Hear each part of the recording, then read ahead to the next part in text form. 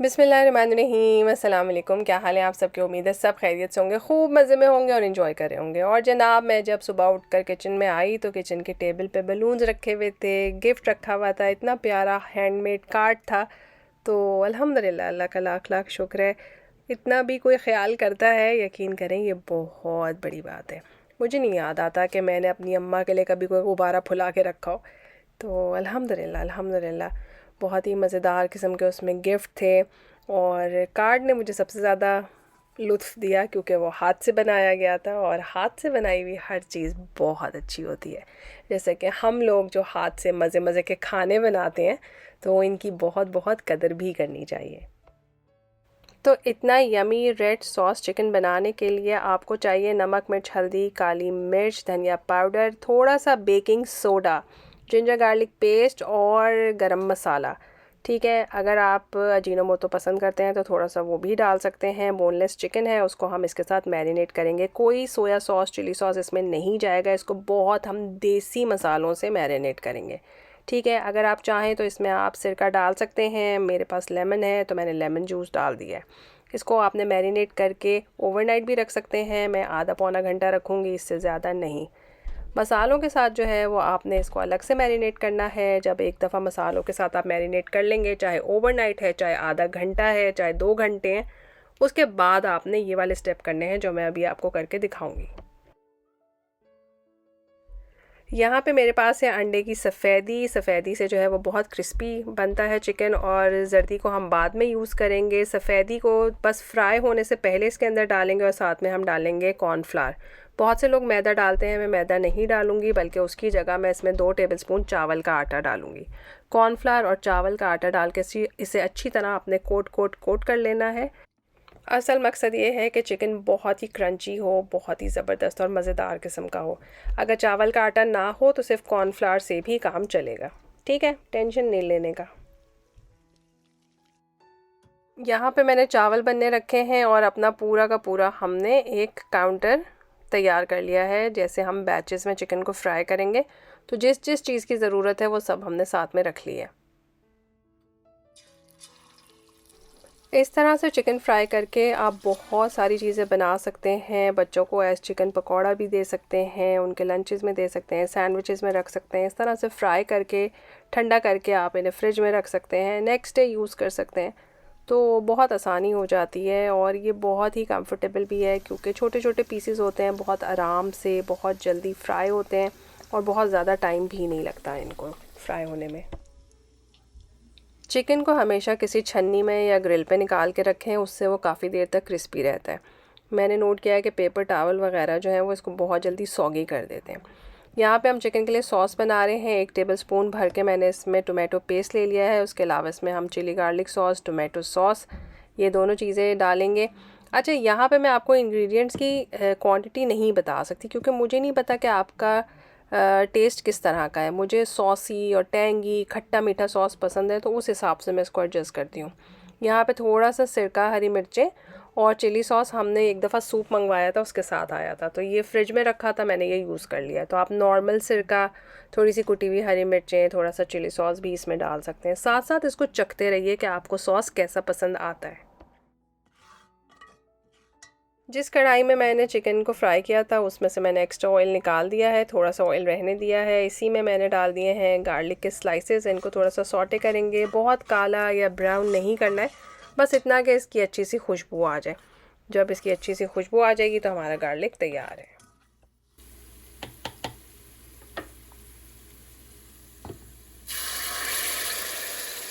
ज़रा सी गार्लिक की खुशबू आने लगी तो मैंने इसके अंदर सॉस डाल दिया। आपने नोट किया कि सॉस में मैंने पानी डाल दिया था ताकि वो थोड़ा सा रनी हो जाए।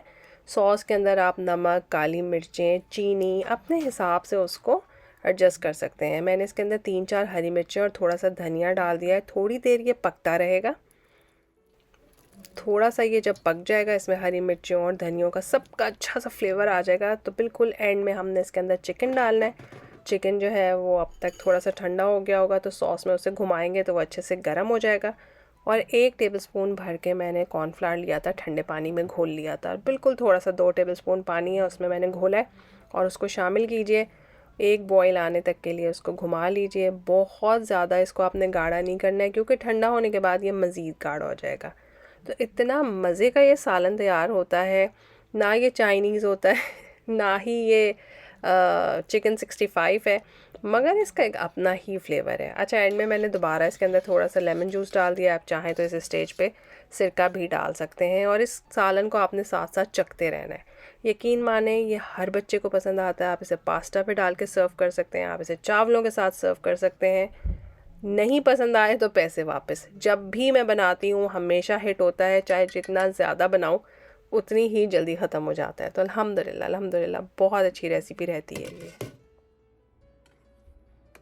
और इतनी अकोमोडेटिंग रेसिपी है। आप चाहें तो इसके अंदर कैप्सिकम और कोई और तरह की सब्जियां भी डाल सकते हैं, तो उसका फ्लेवर थोड़ा सा और डिफरेंट हो जाएगा। एक चिकन क्यूब डाल सकते हैं तो ज़रा ज़्यादा रिच हो जाएगा। एंड में थोड़ी सी क्रीम डाल सकते हैं तो वो बिल्कुल डिफरेंट फ्लेवर देता है। तो अल्हम्दुलिल्लाह थोड़ी सी वेरिएशन से आप एक ही सालन से बहुत कुछ बना सकते हैं। चिकन अगर आपने मैरिनेट करके रखा हुआ है तो बस ये झटपट का काम है। लास्ट दावत में इतनी ज़्यादा मुझे फरमाइश आई कि चॉकलेट केक के अलावा जो दूसरा केक है आप उसकी रेसिपी भी शेयर करें। इस केक को कहते हैं कॉफ़ी केक। हालांकि इसके अंदर कॉफ़ी नहीं होती, मगर इसको कॉफ़ी के साथ सर्व करते हैं। तो टेक्निकली ये होता सिनेमन केक है, और इसके ऊपर होता है स्ट्रूसल। अगर आप इसको जर्मन में प्रोनाउंस करें तो ये कहते हैं स्ट्रोइज़ल। अभी भी मैं बिल्कुल सही प्रोनाउंस नहीं कर रही, लेकिन आटे और चीनी और मक्खन का एक मिक्सचर बना के केक के टॉप पे डाला जाता है, और उसकी वजह से जो है वो इसका एक डिफरेंट सा टेक्सचर भी आता है और लुक भी आता है।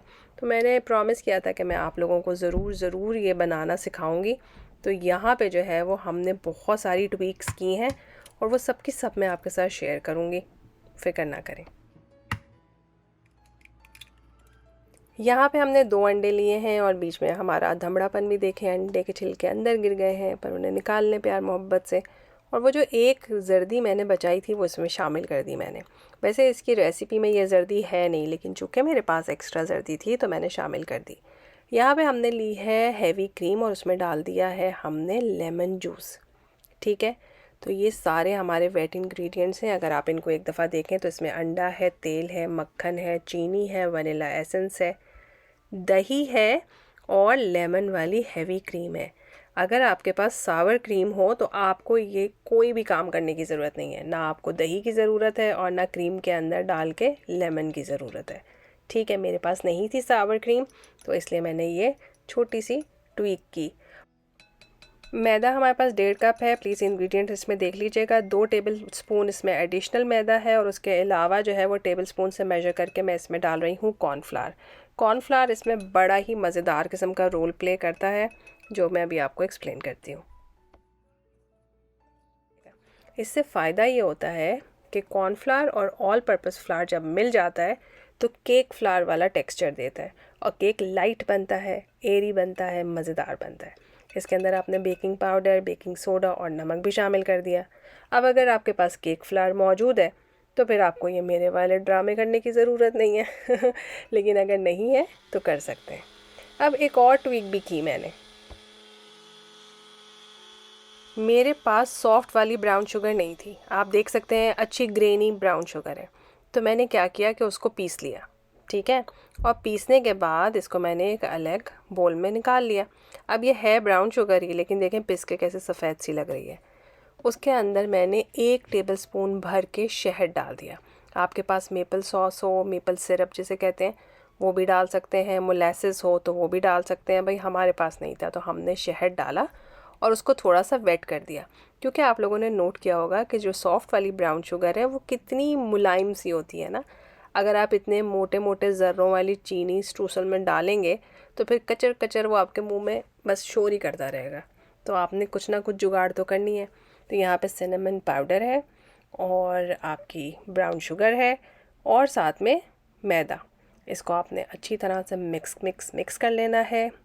बटर के मैंने छोटे छोटे से पीसेस किए थे और इसको फ्रिज में रख दिया था। अब देखें अच्छा खासा हार्ड है।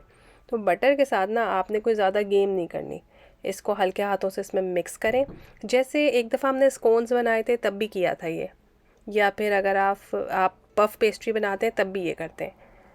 बटर को आपने मैदे के साथ इस तरह से मिक्स करना है हल्के हाथों से कि हर ज़र्रा मैदे का जो है वो बटर में कोट हो जाए और रेत जैसा देखें सैंडी टेक्सचर हो जाए। और इसको उठा के आप फ्रिज या फ्रीज़र में डाल दें। जब तक बाकी काम कर रहे हैं इसको ठंडा होने दीजिए। 9x9 का कोई सा भी पैन ले लीजिए और उसको ग्रीस कर लीजिए। ठीक है, यहाँ पे हमने बटर को मेल्ट कर लिया है, उसके अंदर हमने ब्राउन शुगर डाल दी है और आप देख सकते हैं कितनी ग्रेनी ब्राउन शुगर है। मेरे पास बिल्कुल रॉ केन शुगर है, मेरे पास सॉफ्ट वाली शुगर नहीं है। तो आपके पास अगर वो होगी तो बहुत अच्छी बात है, लेकिन अगर नहीं भी होगी तो जैसे हमने अच्छा सा केक बना लिया आप भी बना लेंगे। तमाम वेट इंग्रेडिएंट्स को मैंने हाथ से ही मिक्स किया है, कोई मशीन की ज़रूरत नहीं है। ऑयल, बटर और चीनी को तो आप थोड़ा सा मिक्स करें, लेकिन अंडा डाल के कम से कम 2 मिनट तक उसको आपने विस्क करना है। वो थोड़ा सा फोमी हो जाए फिर उसमें आटे को आप थोड़ा थोड़ा सा डाल दीजिए। छान के डालना चाहें तो भी अच्छा है, ज़रा एयरी हो जाता है, फ्लफ़ी केक बनेगा। और हल्के हल्के हाथों से जो है वो इसको फोल्ड करते जाएं। बस बहुत ज़्यादा कुश्ती नहीं करनी है। तो सारे आपने वेट इंग्रेडिएंट्स मिक्स किए, उसके साथ आपने जो है वो ड्राई इंग्रेडिएंट्स मिक्स किए। अब ये जो कि आपने क्रीम में डाला था लेमन, तो ये थोड़ी सी ऐसी हो जाएगी कर्डल, लेकिन इससे घबराएं मत, इसे कुछ भी नहीं हुआ है। और साथ में आप डाल दें इसके अंदर दही। अब आपने बहुत पोले पोले हाथ कहते हैं ना, मासूम से प्यारे वाले हाथों से इसको मिक्स करना है। दही के कोई 2-4 फुटकियाँ रह भी जाएं तो टेंशन मत लें। यहाँ पे आपने इसके साथ कोई बहुत ज़ोर आजमाई नहीं करनी। ये देखें, मैंने इसको कोई स्मूथ नहीं किया और ये आपके सामने जो है वो बैटर तैयार है। और बैटर इसी तरह से थिक होगा, यानी आप समझ लें जैसे आप खीर बनाते हैं ना, वैसा टेक्सचर होगा। बीच में मेरा एक फ़ोन आ गया था, यकीनन आपको भी उसकी बेल की आवाज़ सुनाई देगी। तो आधा बैटर जो है वो आपने अच्छी तरह से स्प्रेड कर लिया है और उसके बाद जो आपने फ्रिज या फ्रीज़र में स्ट्रूसल बना के रखा था उसको निकालिए। कोई जर्मन सुन ले ना कि मैं स्ट्रूसल कह रही हूँ उसको, तो वो मारे मुझे पकड़ के। प्लीज़ इसका प्रोनाउंसिएशन खुद ही चेक कर लीजिएगा। तो आधा जो है वो आपने इसके ऊपर डालना है और जो बाकी बचा हुआ आधा बैटर है अब आपने इस तरह से इसके ऊपर डालना है। एक दफ़ा देख लीजिए। स्पैचुला को या तो आप गीला कर लीजिए या फिर ऑयल में डिप कर लीजिए और बहुत हल्के हाथों से मोहब्बत से इसको फैला लीजिए, क्योंकि आपको पता है इसके बीच में जो है वो इतना सारी ड्राई रेत डली हुई है, तो वो फैलाना मुश्किल है, लेकिन वो हो जाएगा। जब मैं कर सकती हूँ तो आप भी कर सकते हैं, और आप लोग सब मुझसे बहुत अच्छा काम करते हैं, बहुत एक्सपर्ट हैं। बकाया स्ट्रूसल को जो है ऊपर से छिड़क दीजिए और प्री हीटेड अवन में इसको डाल दीजिए। 30 to 35 मिनट्स में ये बहुत खूबसूरत गोल्डन ब्राउन बेक होके बाहर निकल आएगा। अगर आपका अवन का टेम्परेचर कम या ज़्यादा होता रहता है, कोई फ्लक्चुएशन है, आटे चीनी में कोई फ़र्क है और ये बहुत जल्दी ऊपर से डार्क हो रहा है और केक अभी कच्चा है, तो आप इसको लूज़ली ऊपर से कवर कर सकते हैं फॉइल से। ठीक है, अब देखें, ये है मोमेंट ऑफ ट्रूथ, किस कदर सॉफ्ट केक है। ये ठंडा हुआ है और मैंने आपके सामने इसको काटा है। आप देख लीजिए ये कितने अच्छे से कटा है। अभी ये नीम गरम है, इसका क्रम देख लीजिए, इसके बीच में स्ट्रूसल को देख लीजिए, किस कदर खूबसूरत माशाल्लाह केक तैयार हुआ है। कोई इसमें गेम नहीं है, एक एक चीज़ मैंने आपके सामने बनाई है। थोड़े से स्टेप्स फॉलो कीजिए, आप यकीन करें बहुत अच्छा केक बनेगा। और ये कॉफ़ी का सिरप याद है, ये मैंने और आपने कॉफ़ी केक के लिए बनाया था, मेरे पास ये फ्रिज में रखा था, इसको मैंने ऊपर से ड्रिज़ल किया। भाई अगर कॉफ़ी केक है और उसमें कॉफ़ी नहीं है तो ये तो अच्छा खासा स्कैम है। तो थोड़ा सा कॉफ़ी सिरप डाल दें तो मज़ा बहुत आएगा। आप सॉफ्टनेस चेक कर रहे हैं इस केक की, कोई टफ़ नहीं है, कुछ गड़बड़ नहीं हुई है, कोई ख़राबी नहीं हुई है। तो अब आप में से हर कोई ये केक बहुत आराम से बना सकता है। और एक चीज़ बता दूं, अगर आप चाहें तो ऊपर जो स्ट्रूसल आपने छिड़का है उसके अंदर थोड़ा सा कॉफ़ी पाउडर भी डाल सकते हैं, उससे भी कॉफ़ी का बहुत अच्छा फ्लेवर आ जाएगा, अगर आप कॉफ़ी लवर हैं तो। और बहुत बहुत शुक्रिया जितने लोगों ने बर्थडे की विशेस की और मुझसे इतनी प्यारी बातें शेयर की। माशाल्लाह आप लोगों के पास बहुत प्यारे प्यारे से ट्रेडिशन हैं अपनी बर्थडे के लिए। उन सब को इसी तरह से कायम व दायम रखें, चलाते रहें रिवायतों को अपने घर में। अल्लाह ताला आपको ढेरों अच्छी अच्छी सी सालगिरहें अपने प्यारों के साथ मनाने का मौका दे। बेसिकली ये खुशी के मौके होते हैं, बर्थडे तो मैटर करती ही नहीं है, जो भी टाइम अच्छा गुजर जाए। तो हमारे यहाँ नॉर्मली ये होता है कि हम खाना वाना खाने बाहर चले जाते हैं, तो अल्हम्दुलिल्लाह घर में इतना कुछ था, केक भी था, खाना भी था, तो हमने सोचा कि आज का एडवेंचर थोड़ा सा डिफरेंट करते हैं, मिल के चलते हैं और जाके देखते हैं जुरासिक पार्क। तो हम सारी फैमिली गए, हमने बैठ के जुरासिक पार्क देखी। बच्चों ने मुझे एक भी शॉट नहीं लेने दिया फिल्म का। एंड ऑफ द फिल्म पे आप देख सकते हैं उसके प्रोड्यूसर का नाम। बहुत मज़ा आया अल्हम्दुलिल्लाह। वैसे मुझे इतनी अच्छी नहीं लगी जितनी पहले वाली मुझे पसंद आई थी, लेकिन फैमिली के साथ मैं कहती हूँ हर चीज़ अच्छी ही होती है। तो अल्हम्दुलिल्लाह हर चीज़ के लिए, हर खुशी के लिए और हर उस नेमत के लिए जो आपको मिल गई, और हर उस नेमत के लिए भी जो आपको ना मिल सकी, क्योंकि आपको नहीं पता कि उसमें आपके लिए कौन सी बेहतरी है, ये सिर्फ अल्लाह ताला को पता है।